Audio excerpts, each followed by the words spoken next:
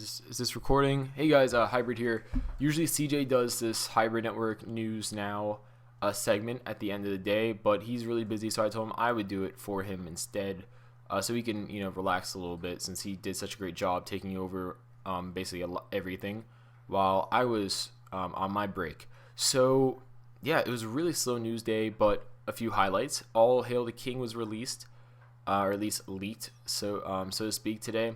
So our review is up already of that. Go check it out. There are spoilers, but those are after I say non-spoiler things that you guys should know. So just fair warning there.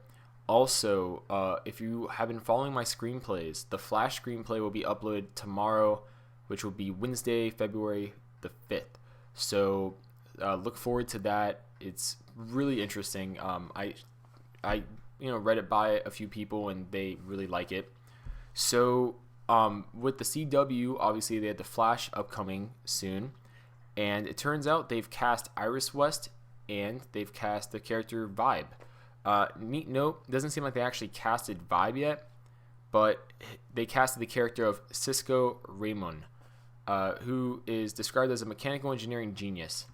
How I feel about this, I think they're going to play it off kind of like Roy Harper has been, where it's going to be kind of, he won't actually become Vibe until like the second season or third season, depending on how well the show does. But Broadway actor Carlos Valdes will be playing him. I don't know much about this actor, so I don't know if he's really good or not, but I guess he's from Broadway, which is good and bad. It's good in a sense where he's used to not having to take multiple takes for shots because it's theater, it's live. But at the same time, he might not be that experienced behind the camera, so we'll never know until we actually see the episode. I hope he's not a main focus of the show because I want to see the Flash. Now, and obviously they could play him off as a foil, but they already have Reverse Flash, caster Edward Thawne, anyways, cast on the show.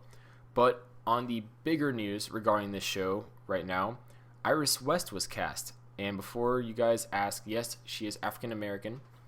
And her name is Candice Patton, who I guess is from a show called The Games. I've never personally heard this. I haven't personally heard of this actress before until now.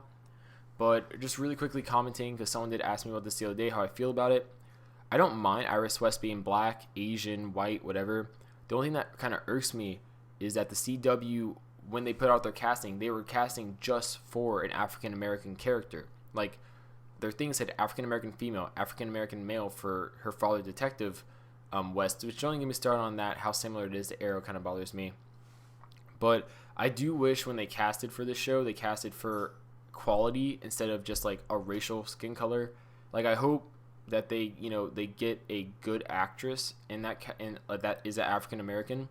But at the same time, we could have had an awesome Asian or Hispanic Iris West or Caucasian Iris West, and that would have been a better actress. So while I am happy for diversity and all that stuff, I just wish they didn't go out with the intent of, we have to be diverse. We have to have an African American because, in truth, we're not watching this show because of race. We're watching it, for actors, actresses, etc.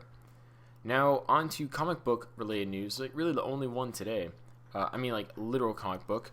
If you didn't know, Geoff Johns will be taking over from Scott Lobdell on the Superman comic. Yes. And it looks like the artist will be John Romita Jr. Now, they haven't really announced when Geoff Johns will be taking over, per se. You could probably look it up and find out. It's not in this article I'm reading here.